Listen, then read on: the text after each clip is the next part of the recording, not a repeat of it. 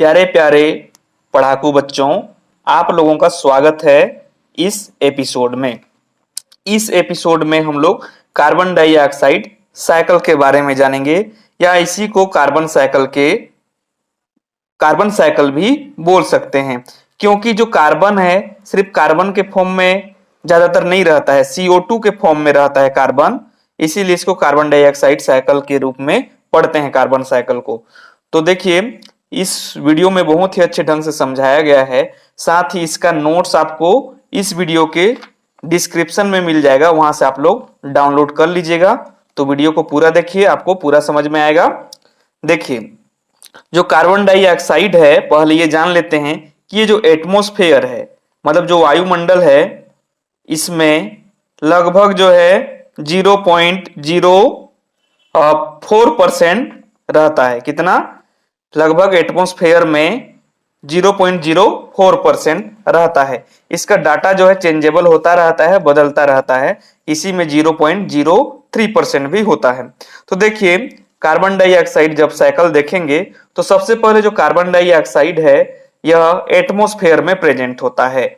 Atmosphere में present होता है। उस एटमॉस्फेयर में जो कार्बन डाइऑक्साइड प्रेजेंट है, मेरा पेन के इस नोक को देखते रहिए, तो ये कार्बन डाइऑक्साइड को जो प्लांट है फोटोसिंथेसिस के रूप में यूज करते हैं और अपने बॉडी में ऑर्गेनिक कंपाउंड के रूप में प्लांट कन्वर्ट कर लेते हैं। किसमें? ऑर्गेनिक कंपाउंड के रूप में कन्वर्ट कर लेते हैं प्लांट।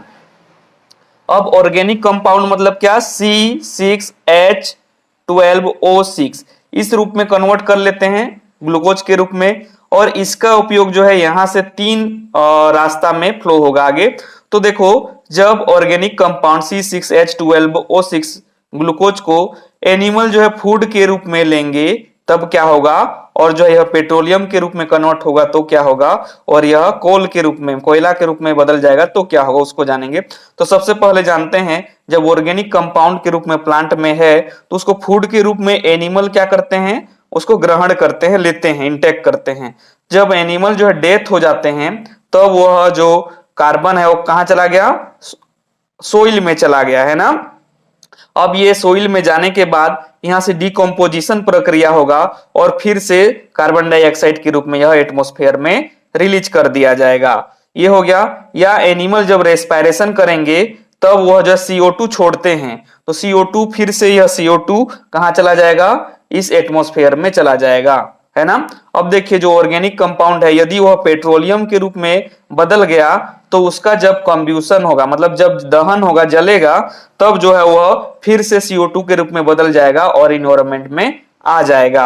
अब तीसरा कंडीशन देखिए, ऑर्गेनिक कंपाउंड के रूप में जब है कार्बन या कार्बन डाइऑक्साइड, तो वह यदि बहुत लंबे समय तक नीचे जमीन में दब जाए तो वह कोल मतलब कि कोयला के रूप में बन जाता है। और इसी कोयले को जब हम लोग जलाते हैं या फिर जब इंडस्ट्री वगैरह में जलाना होता है तो कंब्यूशन मतलब जब जलता है तब वह कार्बन डाइऑक्साइड के रूप में फिर से इन्वायरमेंट में, मतलब एटमॉस्फेयर में आ जाता है। इस प्रकार कंप्लीट कार्बन डाइऑक्साइड का साइकिल होता है। चलो एक बार फिर देख लेते हैं। सबसे पहले जो कार्बन डाइऑक्साइड है एटमॉस्फेयर में प्रेजेंट है, उसका जो है तो हरे पेड़ पौधे, ग्रीन प्लांट जो है फोटोसिंथेसिस के रूप में उपयोग करते हैं और उनको ऑर्गेनिक कंपाउंड के रूप में बदल देते हैं। अब यहां से तीन चलता है, आगे तीन रो है। तो देखिए, पहला यदि उसको C6H12O6 जो बदला हुआ कार्बन डाइऑक्साइड है उसको फूड के रूप में एनिमल ले लेंगे तो क्या होगा, वह जब एनिमल जब डेथ कर जाएंगे तो सोइल में चले जाएंगे, क्योंकि उसको दफना दिया जाता है, जमीन में गाड़ दिया जाता है।